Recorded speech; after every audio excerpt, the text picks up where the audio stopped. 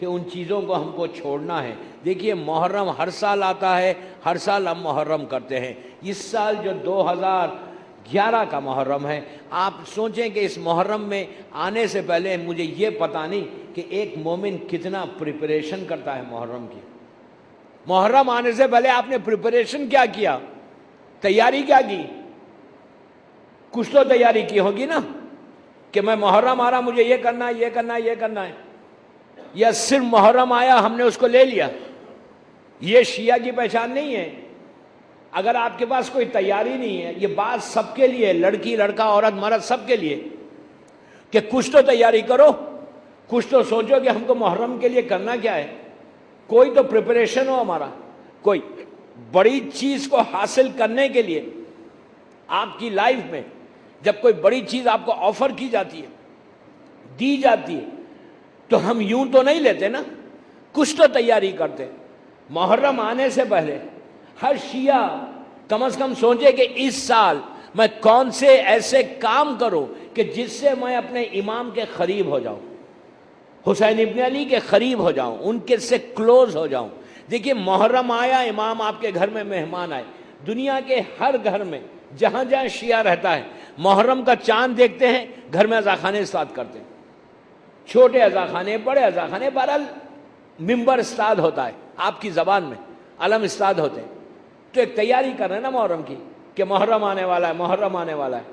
تو وہی صرف کافی ہے کہ ایک ممبر کو اسٹارٹ کر دو، مجلس میں چلے جاؤ، مجلس کرو اور واپس ہو جاؤ. یہ تو نہیں ہے نا. یہ ایک پارٹ ہے، یہ ایک حصہ ہے. مجلس میں آنا، مجلس میں شرکت کرنا، مجلس میں بیٹھنا، مجلس میں گریہ کرنا، ماتم کرنا، یہ لازم ہے، لازم ہے، یہ ضروری ہے، یہ پارٹ ہے، یہ ایک پارٹ ہے. لیکن دوسرا پارٹ بھی ہے، دوسری چیز بھی دیکھنا ہے. یہ تو ٹھیک ہے جو آپ کر رہے ہیں، اپنے مقام پہ بالکل صحیح ہے. گریہ کرتے ہیں، روتے ہیں، ماتم کرتے ہیں، عزاداری کرتے ہیں، مجلس کرتے ہیں، یہ لازم ہے. عزاداری کرنا لازم ہے. لیکن عزاداری کے ساتھ تھوڑا سا پروپوریشن آف شیعہ کو بھی کرنا ہے نا. تھوڑا سا تو ہم آگے بڑھیں کہ آپ سوچیں کہ ہمارے عمل سے، ہمارے کیریکٹر سے، ہمارے کردار سے کتنے لوگ شیعہ ہو رہے ہیں. اگر ہم نے پروپوگیشن آف شیعہ نہیں کیا، ٹیچنگز آف مظلوم کربلا کو دنیا تک نہیں پہنچایا، صرف لکھنے سے کچھ نہیں ہوتا. وہ بھی ایک پارٹ ہے. اچھی بات ہے، لکھو، میں منع نہیں کر رہا، لیکن وہ لکھے ضرور. لیکن آپ کیا کر رہے ہیں اس حصے میں؟ آپ کیا کر رہے ہیں؟ بامبے میں آپ باہر نکل رہے ہیں، حضرت عباس اسٹریٹ میں آپ ادھر سے ادھر گھومتے ہیں، پورے بامبے میں جاتے ہیں کالے کپڑے پہن کر. لوگ دیکھتے ہیں، لوگ کہتے ہیں کہ یہ شیعہ جا رہا ہے، محرم شروع ہو گیا، انہوں نے کالے کپڑے پہن لیے. یہ بات عورتوں کے لیے بھی ہے، یہ بات لڑکیوں کے لیے بھی ہے کہ سب جا رہے ہیں، آرام سے جاتے ہیں، گھومتے ہیں، ایک دوسرے سے ملاقات کرتے ہیں. تو محرم آئے تو جب ہمارے بچے اسکول جائیں، جب ہماری لڑکیاں کالج جائیں، جب ہمارے لڑکے کالج جائیں، تو بلیک ڈریس پہن کے جا رہے ہیں، سیاہ لباس پہن کے جا رہے ہیں. بہت اچھی بات ہے. آپ کے دوست آپ سے پوچھتے ہوں گے کہ محرم شروع ہو گیا، تم نے کیا کیا، کیوں لباس پہنا؟ تو آپ بتاتے ہیں کچھ؟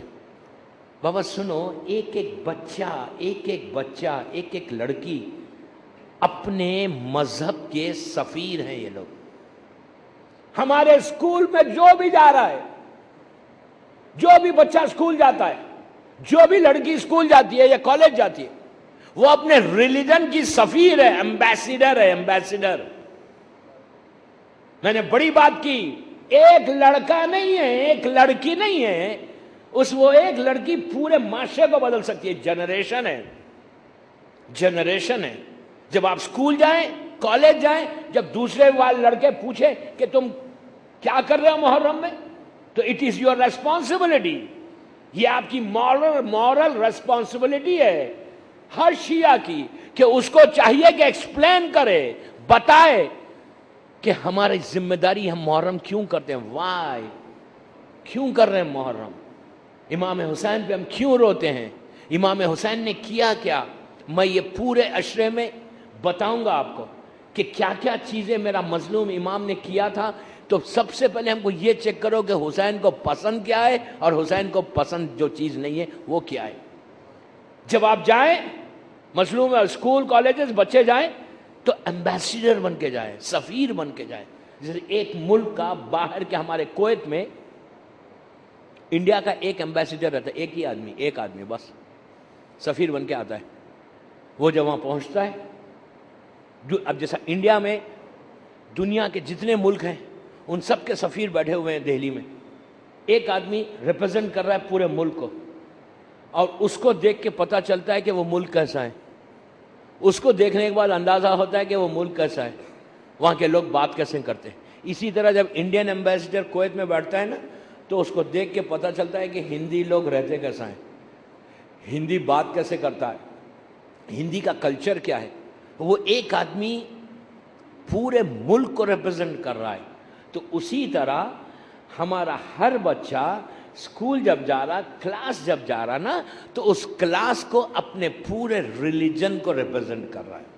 کہ دوسرے بچے جب اس بچے کو دیکھیں, اس لڑکی کو دیکھیں, ان کے کیریکٹر کو دیکھیں, ان کے بات کرنے کے طریقے کو دیکھیں, ان کے اخلاق کو دیکھیں, ان کی محبت کو دیکھیں, ان کے اٹھنا اور بیٹھنے کے طریقے کو دیکھیں, تو ان کو پتہ چلے کہ شیعہ ایسا ہوتا ہے, حسینی ایسا ہوتا ہے.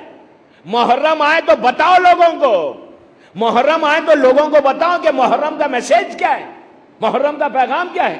صرف خالی روڈ پہ ہم کو, میں بچوں سے بات کر رہا, بڑوں سے نہیں, صرف گھومنا نہیں ہے. تمہارا ایک ایک سٹیپ فالو کر رہی ہے دوسری قوم, تمہارا ایک ایک سٹیپ, ایک ایک قدم دوسری قوم تمہیں دیکھ رہی ہے کہ شیعہ کیسے ہوتے ہیں. تو اپنے کیریکٹر کو اس بامبے میں اتنا بلند کرو کہ تمہارے ذریعے لوگ شیعہ بنے, تمہارے ذریعے لوگ حسینی بنے. اس کے بعد یہی جملہ چھٹے امام کا ہے کہ شیعتنا کونو لنا زینا, کہ اے میرے شیعو ہمارے لیے زینت بن جاؤ. ایسے زینت بنو کہ تم کو دیکھ کے لوگ یہ کہیں کہ اگر یہ ایسا ہے تو اس کا امام جعفر صادق کیسا ہوگا.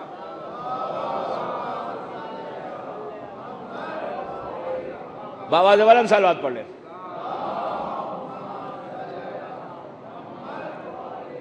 یہ بہت ضروری ہے, ویری امپورٹنٹ, ویری امپورٹنٹ. اگر آپ 10 دن میں یا 2 مہینے 8 دن میں کسی کو چینج نہیں کر سکے تو پھر کیا کیا محرم ہے. جو لاسٹ ایئر تھے ابھی بھی ویسی ہے.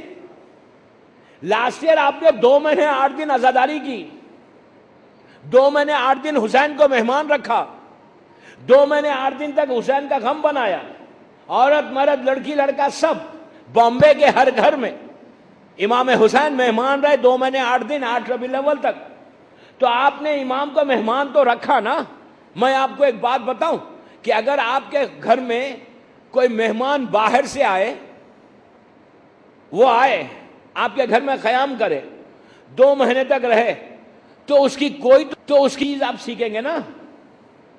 آپ کے گھر میں اگر آپ کسی کے ساتھ 2 مہینے 8 دن 24 گھنٹے رہے ہیں, تو اس کی کوئی اچھی چیز آپ اپنی لائف میں نہیں لائیں گے. کوئی تو اچھی چیز کسی کی سیکھیں گے نا. جب اتنا بڑا پیریڈ, 1 دن 2 دن نہیں بلکہ 2 مہینے تک آپ کسی کے ساتھ رہے, تو اگر آپ نے اس کی کوئی چیز سیکھی نہیں تو پھر فائدہ کیا ہوا اس کے رکھنے سے, فائدہ کیا ہوا. امام ہر دن 24 گھنٹے آپ کے ساتھ ہے, گھر میں ہیں. محرم میں مسلسل آپ کا انوالومنٹ یہی ہے کہ آپ امام کو ایکسیپٹ کرتے ہیں, امام کو ویلکم کرتے ہیں, امام کو اپنے گھر میں رکھتے ہیں, عزاخانہ اصلاح کرتے ہیں. اگر ہم نے کچھ بھی نہیں سیکھا حسین سے, سب سے پہلے امام حسین سے کیا سیکھنا ہے معلوم؟ اخلاق سیکھنا ہے, بیہیویئر. کئی چیزیں آئیں گی ان مجالس میں, کئی چیزوں پہ ڈسکس کروں گا کہ کیا کیا چیزیں چھوڑنا ہے اور کیا کیا چیزیں سیکھنا ہے. سب سے پہلے اخلاق, بیہیویئر, اس کو ڈیولپ کریں. شیعہ بد اخلاق نہیں ہوتا. سب سے پہلے try to learn how to talk. پہلے یہ سیکھو کہ بات کیسے کرنا ہے. میں آج ہیڈ لائنز دے رہا ہوں, کل سے ڈیٹیل میں جاؤں گا. اخلاق. دوسری چیز صلہ رحم. صلہ رحم کیا ہے؟ مثال کے طور پہ آپ روز مجلس میں آ رہے ہیں, خواجہ مسجد میں, روز مغل مسجد جا رہے ہیں, روز یہاں کے عزاخانوں میں آپ مجلسیں کر رہے ہیں, اور اگر آپ نے اپنے رشتہ دار کے حق کو ادا نہیں کیا تو فائدہ کیا ہوا مجلسوں کا؟ کیا فائدہ ہوا؟ صلہ رحم وہ امپورٹنٹ چیز ہے کہ جس کو ختم کرنے کے لیے امام نے کربلا میں جہاد کیا. ایک جہاد یہ بھی تھا, ریزن یہ بھی تھا کہ خط رحم کو ختم کرنا تھا, صلہ رحم کو لینا تھا. صلہ رحم کا مطلب یہ ہے کہ رشتہ داروں کے حق کو ادا کرنا. صلہ رحم کا مطلب یہ ہے کہ جو آپ کے کزنس ہے نا, کزن بردر ہے, کزن سسٹر ہے, ہاں آپ کے جو رشتہ دار ہے, خونی رشتہ دار, ان کے ساتھ تعلقات کو بلڈ کرنا, ان کے ساتھ تعلقات کو رکھنا, ان کے ساتھ تعلقات کو بریک نہیں کرنا. اس کا مطلب ہے صلہ رحم. اور اگر کوئی شخص صلہ رحم کرتا ہے تو یقین کریں وہ رزق کے پیچھے نہیں چلتا, رزق کے آگے چلتا ہے. رزق کا کبھی اس کو پرابلم نہیں ہوتا, وہ کبھی بھی ایسے کسی بھی پرابلم میں آ ہی نہیں سکتا جو صلہ رحم کرتا ہے. معصوم کہتے ہیں کہ جو صلہ رحم نہیں کرتا اس سے میرا کوئی تعلق نہیں ہے. اتنا سخت جملہ ہے. اور آج کل ہمارے پاس جو سب سے بڑی بیماری ہے وہ بیماری یہی آ گئی. یہ ڈیزیز ہے دوستو, ڈیزیز ہے یہ, ایسی ڈیزیز, یہ کینسر ہے, لٹرلی کینسر. آپ نمازیں پڑھتے رہیں, آپ روزے رکھتے رہیں, آپ حج کرتے رہیں, 24 گھنٹے مسجد میں بیٹھیں, اور اگر آپ نے خط رحم کیا تو کوئی فائدہ نہیں ہے, کوئی فائدہ نہیں ہے. آج خاندان ٹوٹ گئے خاندان. بی بی فاطمہ کا ایک خطبہ ہے, خطبہ فدق. وہ فدق کا خطبہ جا کر اس کا ٹرانسلیشن گجراتی میں پڑھو, انگلش میں پڑھو, اردو میں پڑھو, انٹرنیٹ کے اوپر وہ خطبہ موجود ہے. آپ کو اندازہ ہوگا کہ حسین کی ماں نے ایک پورا سرمن ہے بی بی کا, 1 گھنٹے یا 1.5 گھنٹے سے زیادہ بی بی نے دربار یزید, دربار خلافت میں جا کر ایک ایسا خطبہ ارشاد فرمایا. اس میں بی بی نے یہی کہا کہ خط رحم نہیں کرنا, ریلیشن شپ کو بریک نہیں کرنا, صلہ رحم کرنا.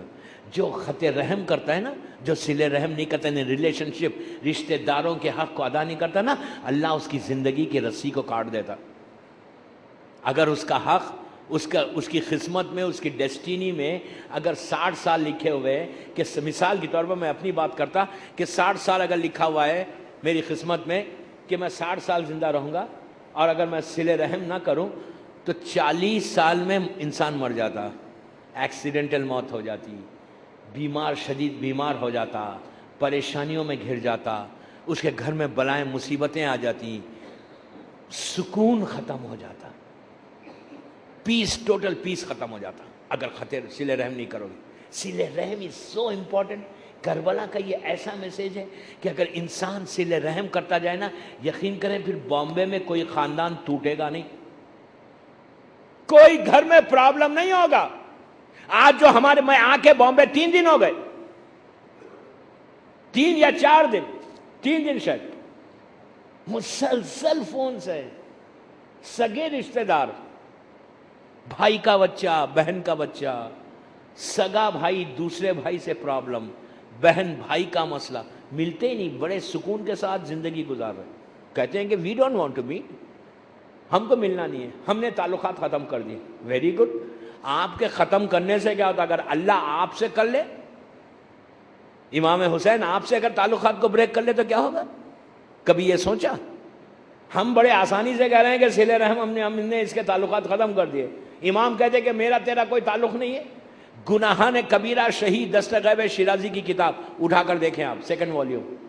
اتنا سخت حکم ہے, اتنا سخت حکم ہے اس کے لیے کہ اگر کوئی صلہ رحم نہیں کرے گا ختم ہو جائے گا. اللہ کا رسول مدینہ ہے, اللہ کا رسول جا رہا ہے مدینے سے باہر, رسول کے ساتھ ان کے پورے اصحاب ہیں, ساتھ ہیں. جب آگے بڑھے تو اللہ کے رسول نے دیکھا کہ راستے پر, روڈ کے اوپر کچرا پڑا ہوا ہے, گاربیج, اور اس کچرے میں ایک کتے کی ڈیڈ باڈی ہے, کتے کا مردار ہے, ڈیڈ باڈی پڑی ہوئی ہے. اور ایسے اس ڈیڈ باڈی کو دیکھے تو اندازہ ہو رہا کہ 2-3 دن ہو گئے, باڈی بالکل جو ہے نا را سڑ رہی ہے, باڈی بدبو آ رہی ہے. لوگوں نے منہ پہ رومال رکھا, آگے بڑھنے لگے. لیکن جب وہ آگے بڑھنے لگے تو رسول اسی جگہ پہ جا کے رک گیا. اب اگر رسول رکا تو مسلمان تو آگے نہیں بڑھ سکتا, اس لیے کہ اس وقت تک مسلمان ذرا بہتر تھا. آج کے دور کا ہوتا آج کے دور کا ہوتا شیعہ تو وہ تو آگے بڑھ جاتا، کہتا ہے رسول اللہ آپ پیچھے آئیے، ہم آگے جاتے ہیں اس لیے کہ ہم نئے زمانے کے ہیں۔ یہ بڑا ایشو ہے آج کل، یہ بات پہ بھی کروں گا میں کہ کہتے ہیں مولانا وہ پرانے زمانے کے حکم تھے، نیا زمانہ 21 سینچری ہے۔ بابا میں بھی 21 سینچری کا ہی ہوں، رسول کو نہیں معلوم تھا 21 سینچری آنے والی ہے، مولا علی کو نہیں معلوم تھا، یا خدا کے علم میں نہیں تھا کہ 21 سینچری آنے والی ہے، سائنس اتنی ترقی کرے گی۔ سائنس سے اللہ اور رسول کو سمجھنے کی کوشش مت کرو، سائنس سے سمجھ میں نہیں آتے۔ بہرحال وہ ایک الگ ٹاپک ہے۔ تو رسول رک گئے تو سبھی رک گئے، پورا مسلمان رک گئے۔ رسول نے ان مسلمانوں کو کہا کہ یہ ڈیڈ باڈی جو کتے کی ہے اس کی ویلیو کیا ہے، کیا قیمت لگے گی اس کی، اگر بیچی جائے تو قیمت کیا ہے اس کی؟ مسلمانوں نے کہا یا رسول اللہ اس کی قیمت ایک لمحہ بھی ہم ٹھہرنا نہیں چاہتے، ایک لمحہ بھی ہم ٹھہرنا نہیں چاہتے، آپ بول رہے قیمت، اس کی کیا قیمت لگے گی؟ رسول کا جملہ سنیں، اللہ کے رسول نے پلٹ کے کہا کہ تمہاری دنیا، غور سے سنیں، تمہاری دنیا، تم جس دنیا میں ہو، جس دنیا کو تم پسند کرتے ہو، تمہاری دنیا میری نگاہ میں اس کتے کے مردار سے بری ہے، بدتر ہے۔ جب یہ کہا تو مسلمانوں نے آگے بڑھ کے کہا یا رسول اللہ آپ ہمیشہ دنیا کو کنڈم کرتے ہیں، دنیا کی کوئی چیز آپ کو پسند ہے؟ دنیا میں کوئی چیز آپ کو پسند آتی ہے؟ تو رسول نے کہا، ان لوگوں نے کہا کہ مولا علی بھی یہی کہتے ہیں کہ دنیا میں یہ ہے یہ ہے یہ ہے، آپ بھی ہمیشہ کنڈم کر رہے ہیں، آپ کو اس دنیا میں کوئی چیز پسند ہے؟ تو اللہ کے رسول نے کہا مجھے 3 چیزیں پسند ہے اس دنیا کی۔ مسلمانوں نے پوچھا بتائیے وہ کون سی 3 چیزیں ہیں؟ اللہ کے رسول نے کہا کہ سنو مجھے 2 آنسو بہت پسند ہے، 2 گھونٹ بہت پسند ہے، 2 قدم بہت پسند ہے۔ مسلمانوں نے کہا یار یہ ایسا معمہ ہے، یہ آپ ہی اس کو حل کریں، یہ آنسو ہم کو کیا معلوم؟ تو رسول نے کہا کہ 2 آنسو جب انسان گناہ کر کے مصلی پہ آتا ہے نماز کے لیے، اور اگر اس کی آنکھوں میں آنسو ہو اور وہ اللہ سے دعا مانگے تو وہ آنسو مجھے بہت پسند ہے۔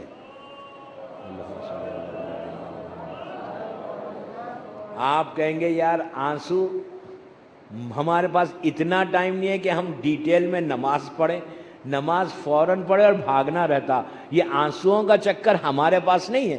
ایک چیز یاد رکھیں، ایک چیز یاد رکھیں، دعا کی قبولیت آنسو ہے۔ اگر ریئلی آپ یہ چاہتے ہیں کہ جب بھی مسجد میں آئیں آپ کی دعا، ہر دعا قبول ہو، دعائیں قبول ہو، نمازیں قبول ہو، تو کوشش یہ کرو کہ اپنی آنکھوں میں آنسو لاؤ، گریا کرو۔ اللہ نے جو آنکھیں بنائی ہیں نا، اگر آپ سائنٹیفک لحاظ سے بھی دیکھیں گے تو جو لوگ روتے زیادہ ہیں ان کی آنکھوں میں پرابلمز نہیں ہوتے، بیماریاں آنکھ کی بیماری نہیں ہوتی۔ رونا یہ فطرت ہے، نیچر ہے، اور رونا اپنے گناہوں پہ اللہ کی بارگاہ میں ہاتھوں کو اٹھا کے گریا کرو۔ معصومین جب دعا کرتے تھے تو معصومین اس انداز سے نہیں مانگتے تھے جس انداز سے ہم مانگ رہے، ہم تو ایک سٹائل سے مانگتے، ہم ایک طریقے سے مانگتے، ہم یہ سمجھتے ہیں کہ جو ہم کر رہے ہیں وہ بہتر ہے۔ نو دوستو، جب بھی آپ چاہتے ہیں کہ خدا مسجد میں جب آپ آئیں آپ کی کم از کم ایک دعا قبول ہو، انصاف سے بتاؤ، جب دروازے میں آپ انٹر ہوتے تو آپ کے ذہن میں دعائیں نہیں ہوتی؟ ہر انسان کی دعا ہوتی ہے کہ میں جاؤں گا اللہ کے پاس، نماز پڑھوں گا، یہ مانگوں گا یہ مانگوں گا یہ مانگوں گا یہ مانگوں گا، لیکن آ کے مانگتے اور پھر اسی طرح خالی ہاتھ واپس چلے جاتے۔ معصوم کہتے ہیں کہ اگر تم چاہتے ہو کہ تمہاری ایک ایک دعا قبول ہو، جو تم مانگ رہے ہو وہ قبول ہو، اس لیے کہ اللہ ان آنکھوں کو، جب آنکھوں میں آنسو آتے اور بندہ ہاتھ کو اٹھاتا ہے تو اللہ ان ہاتھوں کو خالی نہیں کرتا۔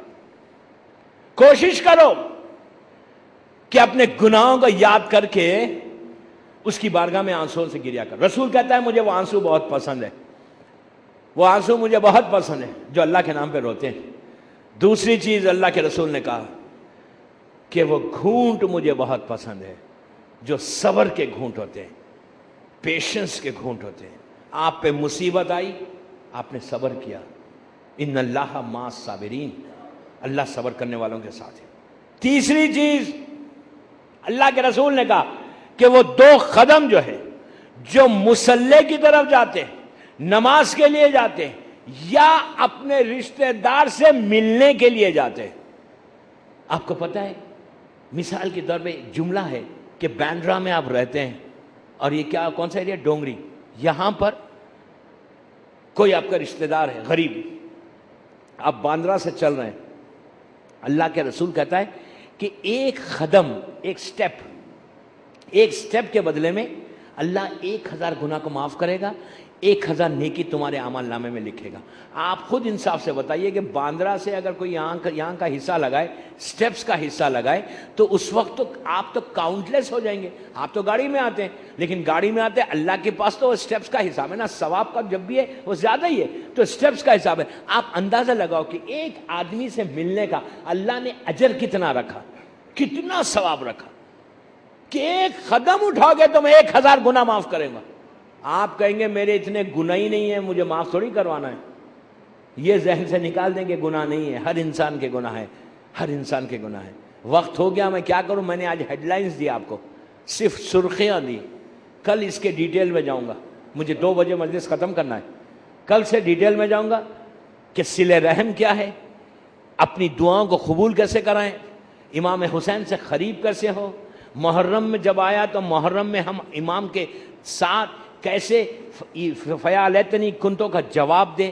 انشاءاللہ یہ جو پورا عشرہ 9 محرم تک چلے گا، اس میں کوشش کروں گا کہ 40 منٹ میں روز 1 یا 2 پیغام آپ کو دوں، 1 یا 2 حسین ابن علی کی دعا دوں، کہ جو شخص ان ایام عزا میں مظلوم کربلا سے دعا کرے اس انداز سے، تو آپ دیکھیں کہ آپ کی دعائیں قبول کیسے ہوتی۔ صلوات پڑھے محمد و آل محمد۔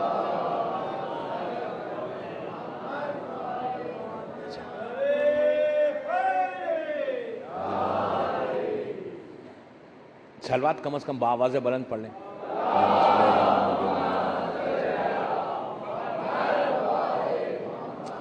یہ تو کنفرم ہے نا کہ نیاز ہے بعد میں، تب فگر کیا ہے؟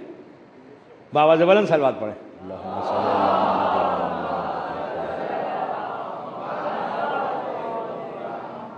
کل ڈیٹیل میں جاؤں گا، آج میں نے صرف ہیڈ لائنز دی کہ کیا کیا بولوں گا۔ محرم یہ بڑا مصیبت کا مہینہ ہے، غم کا مہینہ ہے، آوزاری کا مہینہ ہے۔ اس مہینے کا ہر شیعہ کو انتظار رہتا ہے، ہر عزادار کو انتظار رہتا ہے، یہاں تک کہ خود حسین کی ماں کو انتظار رہتا ہے کہ محرم آئے، محرم آئے۔ جب پہلی مرتبہ محرم کا چاند بی بی زینب نے دیکھا تھا، تو دیکھتے ہی زینب نے علی اکبر کے چہرے کو دیکھا تھا اور کہا تھا اللہ اس چہرے کو باقی رکھنا۔ 2 دن گزر گئے محرم کے، آہستہ آہستہ اسی طرح محرم گزر جائے گا۔ ایک چیز تو ہر شیعہ کہہ سکتا ہے دنیا میں کہیں ہو، کہ جب محرم آتا ہے تو دل کو ایک اطمینان رہتا ہے، بھروسہ رہتا ہے کہ حسین ہمارے درمیان میں ہے، فاطمہ کا لال ہمارے ساتھ ہے، اور جب حسین ہمارے ساتھ ہیں تو حسین کے ساتھ علی اکبر بھی ہیں، عباس بھی ہیں، قاسم و اون و محمد بھی ہمارے ساتھ ہیں۔ دوستو یہ ہمارے لیے بڑی عزت ہے، بڑا آنر ہے کہ مظلوم امام ہر شیعہ کے گھر جاتے، اس لیے کہ حسین نے جب حر نے حسین کو روکا تھا اور کہا تھا کہ آپ کو میں کوفہ جانے نہیں دوں گا، تو اس وقت امام نے کہا تھا کہ مجھے اتنا موقع دے کہ میں ہند چلا جاؤں۔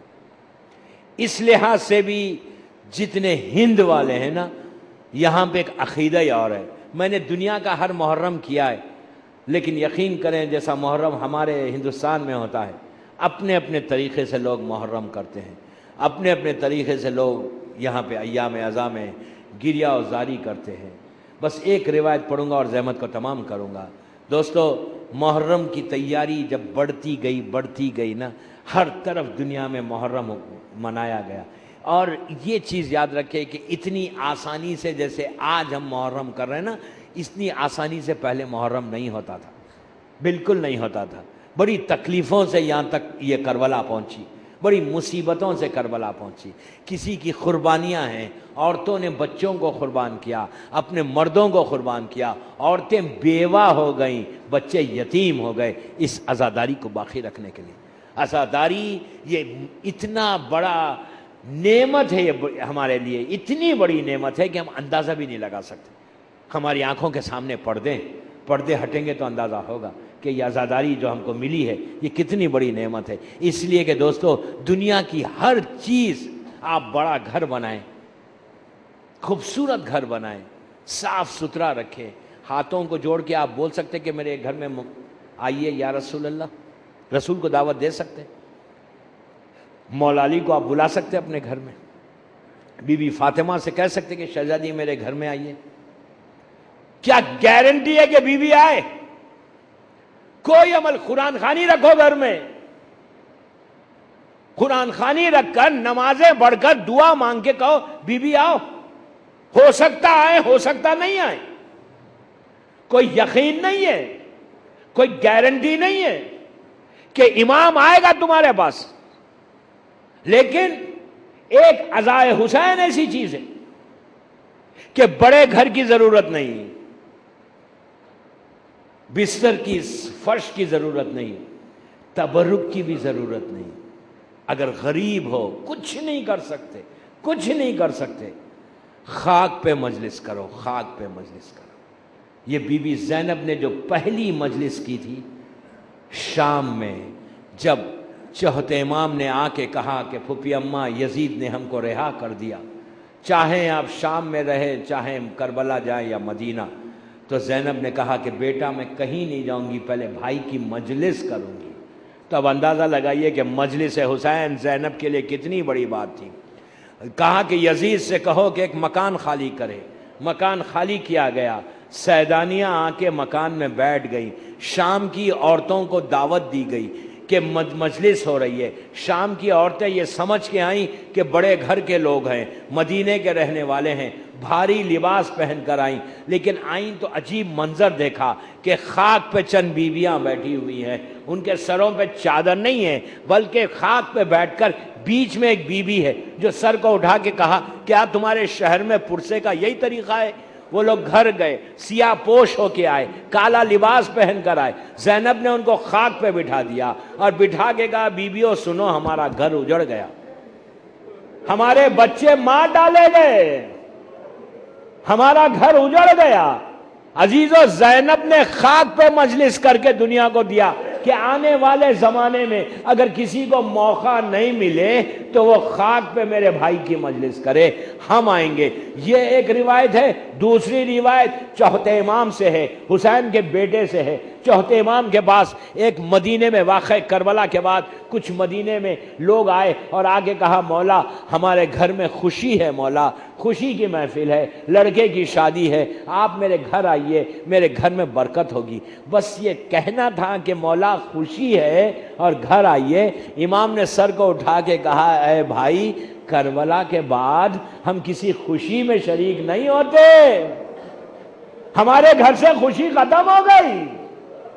چاہنے والا تھا، ہاتھوں کو جوڑ کے کہنے لگا مولا پھر آپ میرے گھر کیسے آئیں گے، میں اپنے گھر میں آپ کو بلاؤں گا کیسے؟ تو امام نے کہا میرے بابا کی مجلس کر۔ کتنی خواہش ہے امام کو، کہا میرے بابا کی مجلس کر میں آؤں گا۔ اس نے جا کر اپنے رشتہ داروں کو بتایا کہ میرے گھر میں حسین کی مجلس ہے، تم لوگ آنا۔ عام اعلان نہیں کر سکتا تھا اس لیے کہ دشمن ماحول ہے۔ اس نے تمام رشتہ داروں کو بتایا، پھر امام کے پاس آ کے کہنے لگا مولا فلاں تاریخ میں فلاں ٹائم پہ میرے گھر پہ مجلس ہے، آپ آنا۔ کہنے لگا مولا آپ اپنے گھر میں رہنا، میں سواری لے کر آؤں گا، گھوڑا لے کر آؤں گا، آپ کو بٹھا کے لے کے جاؤں گا۔ عزیزو وہ کہتا ہے کہ جس دن مجلس کا میں نے اعلان کیا تھا وہ ٹائم آنے سے پہلے میرا امام سر کو جھکا کے خود اس کے گھر پہنچ گیا۔ اس نے ہاتھوں کو جوڑ کے کہا مولا آپ کیوں آئے؟ ارے میں آ کے لے کے جاتا۔ تو امام نے کہا کہ بابا کی مجلس کے لیے تجھے بلانے کی ضرورت نہیں ہے۔ آپ کی آوازیں بلند ہو گئی، اسی طرح آج پرساد ہو، اسی طرح پرساد ہو۔ امام نے کہا کہ تجھے بلانے کی ضرورت نہیں ہے، ہم خود آئیں گے۔ عزیزو اس نے بڑی عزت کے ساتھ لے کے جا کے امام کو بیچ دالان میں بٹھایا، پورے لوگ جمع ہوئے، ذاکر آیا، وہ منبر پہ گیا، مرثیہ شروع کیا۔ آپ خود اندازہ لگائیے کہ وہ مجلس کیسی مجلس ہوگی کہ جس میں حسین کا بیٹا بیٹھا ہوا تھا، اس نے حسین کی شہادت پڑھی، اتنی بکا ہوئی، اتنی گریا ہوئی کہ بانی مجلس جو تھا وہ بے ہوش ہو گیا روتے روتے۔ جب اس کو بےہوشی سے افاقہ ہوا تو اس نے دیکھا جہاں میں نے امام کو بٹھایا تھا وہاں امام نظر نہیں آتے، وہ ڈھونڈنے لگا۔ ڈھونڈتے ہوئے جب باہر نکلا تو دیکھا جہاں مجلس میں آنے والوں نے اپنے جوتے اتارے ہیں وہاں امام بیٹھ کے روتا ہے، ہاتھوں کو جوڑ کے کہنے لگا مولا مجھ سے خطا کیا ہو گئی، آپ یہاں کیوں آ گئے؟ تو امام نے کہا کہ جو میں دیکھ رہا ہوں وہ تو نہیں دیکھتا، اس وقت اس مجلس میں میری دادی فاطمہ موجود ہے، میرے بابا حسین ہیں، یہی چوتھے امام تھے کہ جن کی پیٹھ پہ تازیانے مارے جا رہے تھے کوفہ اور شام کے راستوں میں۔ علی ابن الحسین، باپ کا پرسا ایسے ملا، کوئی پتھر مار رہا تھا، کوئی کروخے خاردار پہنا